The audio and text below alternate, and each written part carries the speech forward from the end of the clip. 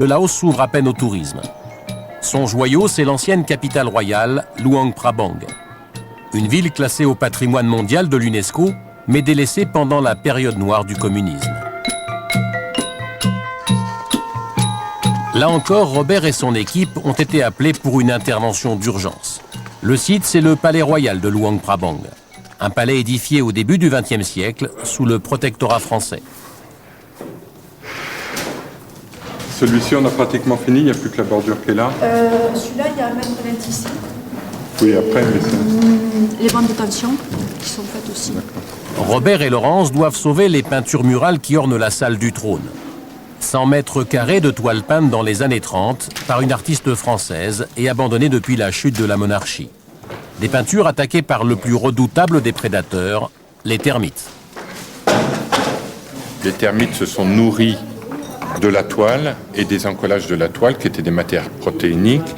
Est-ce que les termites du palais royal ont peu d'affinité pour la peinture à l'huile? Est-ce qu'elles sont peu artistes? Est-ce qu'elles ont mal au foie? Enfin, je ne sais pas quelle est la raison qui les a empêchées de manger la couche picturale. Ce que je peux dire, c'est qu'en ce qui concerne la toile, la préparation et l'encollage, ça devait être de leur goût puisque il n'y a plus rien. Il n'y a plus rien. Travailler au Laos est pour Robert et son équipe une découverte, mais une gageure aussi. Car ils doivent composer avec la culture bouddhiste, une culture étrangère à l'idée même de restauration.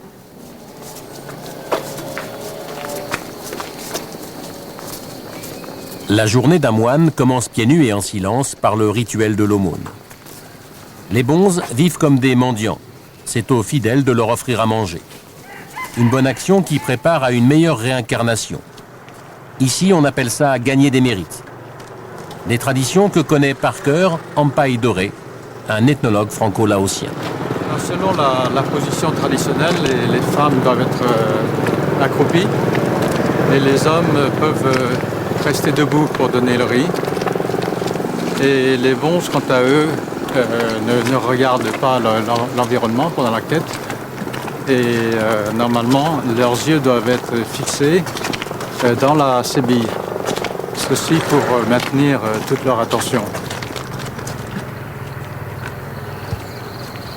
Depuis l'assouplissement du régime communiste, le bouddhisme est en plein renouveau. Ils sont aujourd'hui 750 moines à Luang Prabang.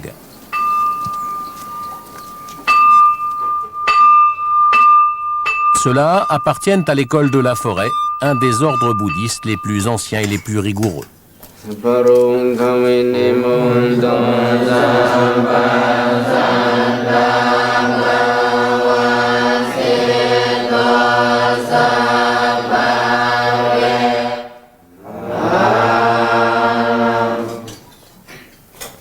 C'est le vénérable, le chef du monastère, qui donne aux moines le signal du repas.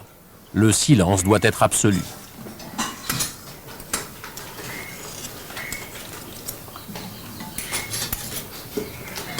Ne pas manger en parlant, ne pas parler en mangeant.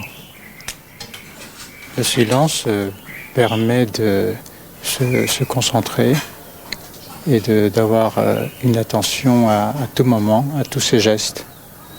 C'est un exercice spirituel qui est quotidien et qui s'applique à tous les moments de la vie monastique. Mais le vénérable n'a pas le pouvoir que sur les moines. Il a aussi le droit de vie et de mort sur les temples. Et ici, il a fait raser les vieux édifices. Robert découvre un monastère en plein travaux. Pour les bouddhistes, peu importe la qualité du bâtiment, ce qui compte, c'est la qualité de l'enseignement. Le spirituel avant le matériel. L'ancien temple fait de bois et de chaux est remplacé par un nouveau, plus grand, mais en briques et en ciment. Un vrai gâchis pour un restaurateur venu d'Occident. Quand je vois ce bâtiment, je pense quand même qu'il est possible de le faire différemment, peut-être un poil plus petit, en utilisant des matériaux naturels qui ont une charge plus forte et plus vraie. Alors c'est vrai que quand on sera dans 300 ans, on trouvera peut-être ça très beau, mais je suis content personnellement de ne pas être le restaurateur qui travaillera à la restauration des peintures dans 200 ans.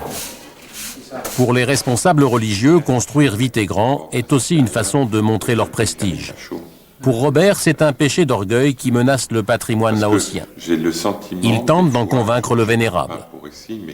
Je vais être donc totalement iconoclaste en disant que il m'arrive d'avoir le sentiment que certains vénérables peuvent, pour donner de l'importance à leur congrégation, souhaiter la destruction d'un bâtiment ancien, peut-être moins prestigieux, pour en faire un plus important, plus brillant, et en même temps montrer leur pouvoir. Donc je fais exprès, je le fais avec beaucoup de respect, mais je fais exprès de poser la question. C'est un peu délicat, mais j'essaierai de le dire.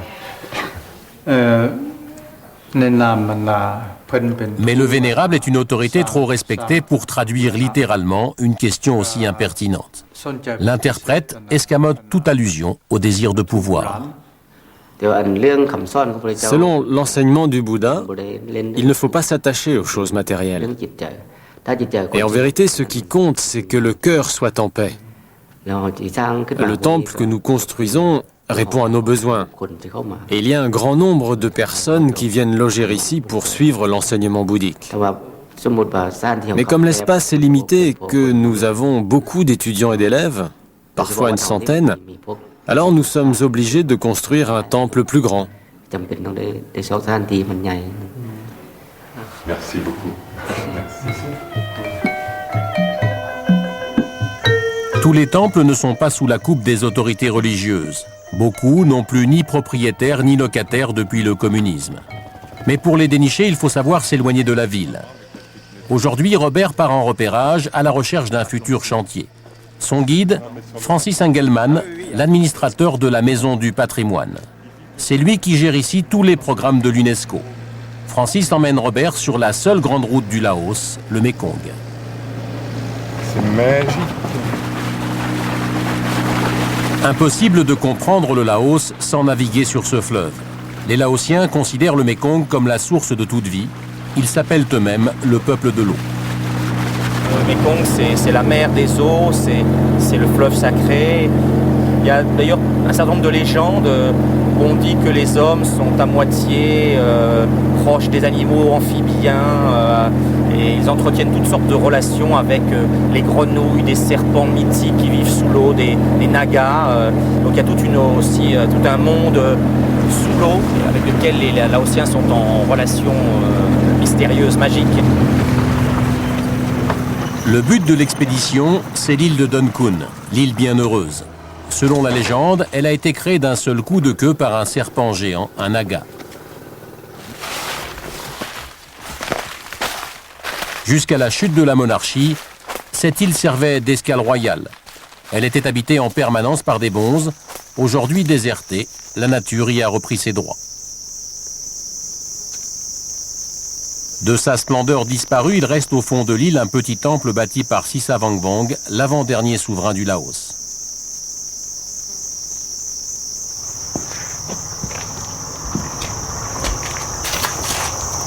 Tu as vu derrière aussi la tentative de vol là, pour rechercher les objets en or ou en argent, puisque en général dans les fondations religieuses, il y a toujours un dépôt d'objets précieux en or ou en argent au moment de la fondation du bâtiment. Les Bouddhas qui étaient là ont été volés. Les termites sont partout. Et le drame, c'est que l'année dernière, il y a 2 arbres qui sont tombés sur la toiture et qui ont balayé une partie des tuiles. Le drame de tous ces petits monuments, c'est qu'ils n'ont pas vraiment suffisamment de glorioles, entre guillemets, pour être des éléments touristiques, etc. par la suite. Donc ça veut dire que ça n'est pas médiatisable et donc ça intéresse personne. Donc à partir de ce moment-là, nous c'est beaucoup là-dessus qu'on travaille à RSF, c'est justement tous les grognards de l'art, hein, tous les éléments qui en soi représentent pas grand-chose, mais qui ont fait la culture et la vision générale de l'ensemble d'un patrimoine. Mais au Laos, restaurer un temple est presque un non-sens. Le bouddhisme dit que tout est impermanent, que tout est destiné à aller à la mort, à la destruction, à la dislocation, et que d'un certain point de vue, maintenir en vie ce qui doit retourner à la nature, à la mort, c'est un peu un acte prétentieux et non naturel. En cette terre de croyance, on dit aussi qu'il faut quitter l'île avant la nuit, car des fantômes y montent la garde.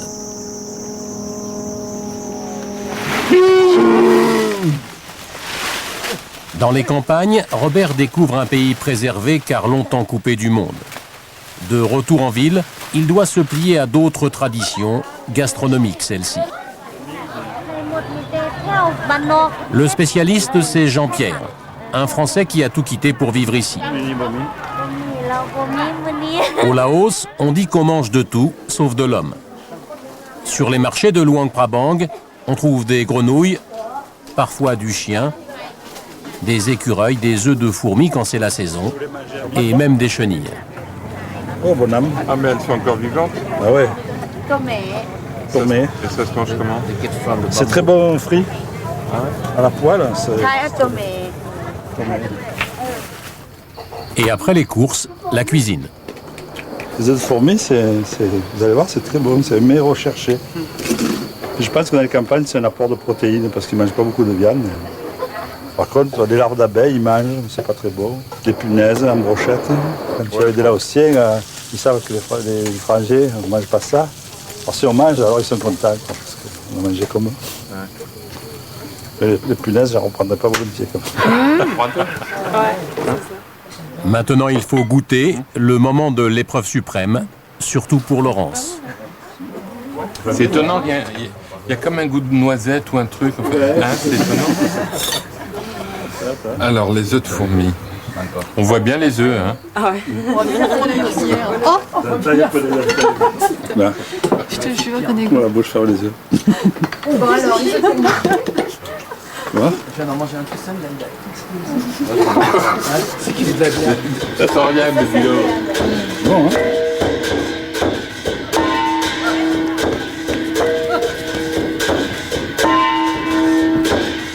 À Luang Prabang, l'UNESCO a ouvert un centre de formation aux métiers d'art. Des gestes et des techniques qui n'étaient plus enseignés depuis 30 ans. Ce matin, Robert vient y recruter 3 moines pour les initier à la restauration. Faute de pouvoir convaincre les vénérables de sauvegarder le patrimoine, il veut sensibiliser les jeunes bonzes. Aujourd'hui, on part avec des bonzes pour faire un travail de restauration sur un temple sur lequel on travaille, pour qu'ils prennent conscience de la possibilité de ces conservations et que petit à petit on intéresse un certain nombre de bonzes à ce type de travaux qui, se répartissant après dans les différents temples, véhiculent la possibilité de conserver plutôt que détruire et reconstruire. Le stage de formation a lieu sur le second chantier dont Robert a la charge, un petit temple du 19e siècle, le Wat Pusang, un des plus anciens de la ville. L'idée est de convaincre les bonzes qu'en restaurant, ils réalisent une bonne action, et donc qu'ils gagnent des mérites et se préparent ainsi une meilleure réincarnation. Comme vous le voyez, la pluie a délavé toutes les peintures. Mais on peut faire quelque chose. Ce n'est jamais perdu. Vous comprenez? Si on recouvre ce mur avec une nouvelle peinture, l'ancienne peinture disparaîtra complètement. Et si les moines veulent bien observer de près ces motifs, ils verront qu'ils sont vraiment très différents. Et c'est très important de les conserver. L'impassibilité des bonzes est trompeuse. Après une courte